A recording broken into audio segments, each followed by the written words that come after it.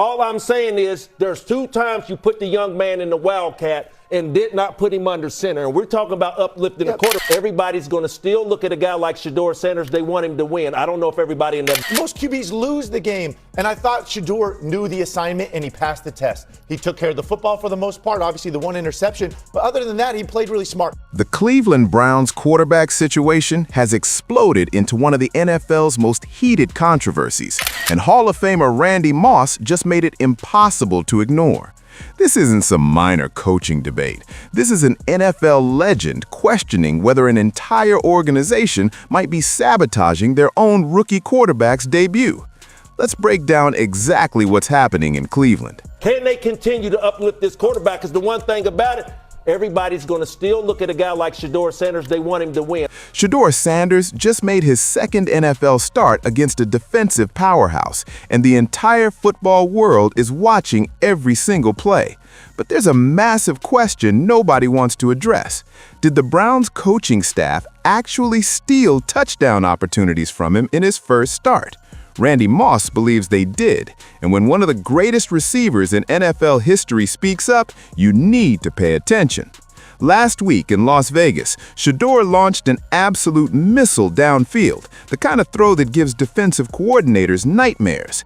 He drove the ball down to the 2-yard line, setting his team up perfectly to punch it into the end zone. What happened next? The Browns pulled him off the field. They ran the Wildcat formation, not once, but twice. They literally denied their rookie quarterback the chance to complete what he started.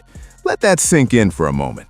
Your first-round draft pick, the player you're supposedly building your future around, makes a brilliant play and you yank him when it counts most. That's not smart game management. That's questionable coaching at best and deliberate sabotage at worst.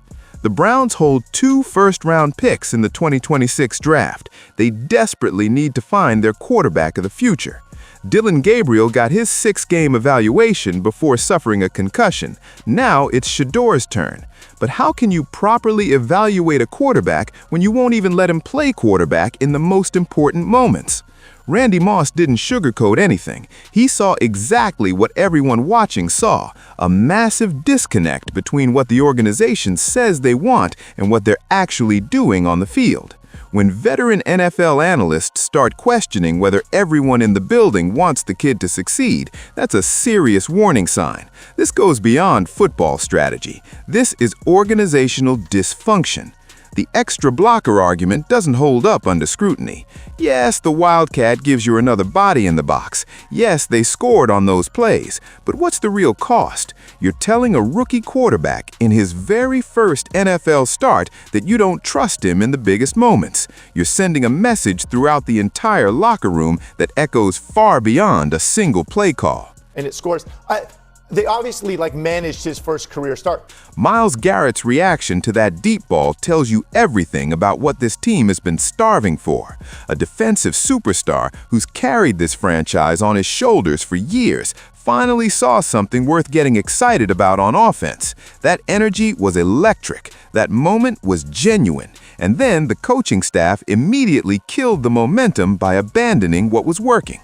Let's address the obvious. Shedeur Sanders is polarizing. He's not the standard issue NFL rookie. He's got swagger. He carries himself with confidence that some people mistake for arrogance. He showed up wearing the wristwatch. He talks about becoming legendary. He's different, and different makes people uncomfortable in this league. His name. 2 of what he did and what he's accomplished in college, okay? Then you come in here with the swag, throwing the wrist up with the watch, talking about legendary. That's all cool. We ride with that. Now you have to go out. But here's the reality. Different doesn't mean wrong. We've watched this story play out before. Young quarterbacks who don't fit the traditional prototype get held to impossible standards. They get criticized for showing personality, while other players get celebrated for having that dog in them. The double standard is crystal clear. The post-game interview backlash proves this point perfectly. Critics attacked Shedeur for not immediately praising his defense, even though he later talked about wanting to improve for his teammates. Meanwhile, veteran quarterbacks use I and me constantly in interviews, and nobody says a word. The scrutiny is wildly disproportionate, and the reasons are not hard to figure out. Rex Ryan defended the coaching staff's conservative approach, calling it smart management for a rookie's first start. And honestly, there's some merit to that reasoning. The offensive line has been struggling all season. They wanted to protect him. They didn't want Max Crosby destroying plays in the backfield. But there's a massive difference between protecting your quarterback and completely handcuffing him. The game plan was conservative by design. Plenty of plays behind the line of scrimmage, short, safe passes, nothing that would expose the kid to unnecessary pressure.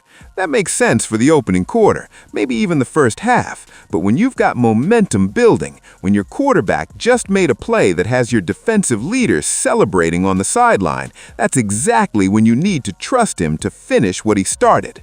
Shedeur passed the most critical test in his debut. He protected the football. One interception, but otherwise kept the ball secure. He displayed touch on the deep ball that you simply cannot teach a player. He demonstrated arm talent that most quarterbacks in this league would love to have. He proved he belongs on an NFL field, and yet the conversation still revolves around whether he's ready, whether he's too confident, whether he fits Cleveland's culture. The Browns are 2-9 heading into this matchup. Let that number register. This isn't a team fighting for a playoff berth. This is a franchise in full evaluation mode, desperately trying to identify building blocks for the future. Every single snap Shedeur Sanders takes should be treated as crucial information gathering. Instead, they're handling him like fragile cargo that needs constant protection. The contrast with other young quarterbacks this season is impossible to miss. We've watched Jackson Dart get real opportunities. We've seen Bo Nix develop week after week. We've witnessed what happens when organizations actually commit to developing their rookie signal callers. The Browns keep saying the right things about giving Shedeur an extended evaluation, but their actual decisions on game day tell a completely different story. This controversy goes far beyond one game or a couple of questionable play calls. This is about building trust. This is about creating an environment where a young quarterback can actually develop and succeed. When Randy Moss questions whether everyone in the building wants Shedeur to win, he's not exaggerating for effect. He's pointing out a genuine organizational issue that could destroy this kid's career before it even gets off the ground. The formula for Cleveland is straightforward. Lean on that dominant defense, avoid turnovers, make plays when opportunities appear. Shedeur executed that formula perfectly in Vegas. He was smart with the football, he made decisive throws, he showed flashes of genuine brilliance, and yet there's still hesitation from the coaching staff. Today's game represents the real measuring stick. Home crowd, brutal weather conditions, a legitimate defensive threat across the line. This is where we discover if the Browns are genuinely serious about developing Shedeur Sanders, or if they're just checking boxes. Will they open up the playbook? Will they let him attack downfield? Will they trust him inside the red zone? His energy he brings to this team is undeniable. His teammates can feel it. The fans have responded to it. Even critics like Rex Ryan acknowledged that despite throwing 4 interceptions in his own NFL debut, Shedeur performed better by playing smart and protecting the football. The kid understands the assignment. The real question is whether his coaching staff will actually let him execute it. Here's what makes this situation so maddening. Shedeur Sanders has the physical ability to be something special. The arm talent is elite level. The touch on deep throws is NFL caliber from day one. The toughness is evident. He's absorbed hits and kept competing. But none of those gifts matter if the organization refuses to fully commit to his development. The Browns have been searching for a franchise quarterback for literal decades. Decades of draft mistakes, busted prospects, and crushed hope. Now they've got a kid with legitimate star potential, and they're treating him like he might shatter at any moment. They're managing his first start like it's a playoff game, instead of recognizing it as a developmental opportunity in an already lost season. Randy Moss calling this out carries serious weight because he's lived this experience. He understands what young players need to succeed at the highest level. He knows the critical importance of organizational support. When he says they're not uplifting their quarterback, when he questions the intentions of people inside that building, he's speaking from decades of experience and careful observation.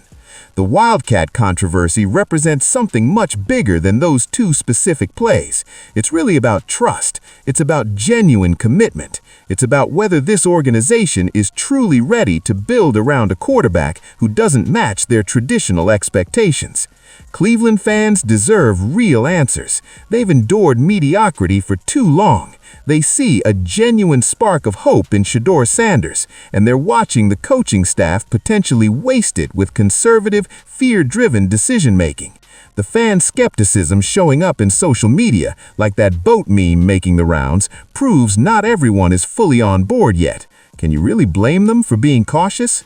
The remainder of this season needs to be about unleashing Shedeur, not sheltering him. Let him make mistakes. Let him learn from them. Let him grow through experience. That's how you develop a franchise quarterback. You don't accomplish that by pulling him during crucial moments and running Wildcat formations instead. This is Cleveland's defining moment. They can either fully commit to developing Shedeur Sanders, handing him complete control of the offense and accepting the inevitable growing pains, or they can keep running this half-hearted approach that satisfies nobody and develops nothing meaningful. Randy Moss saw through the facade. He called it out publicly, and now the entire football world is watching to see how the Browns respond. Will they prove him wrong by truly supporting their young quarterback, or will they validate every concern he raised by continuing to limit their most talented young player?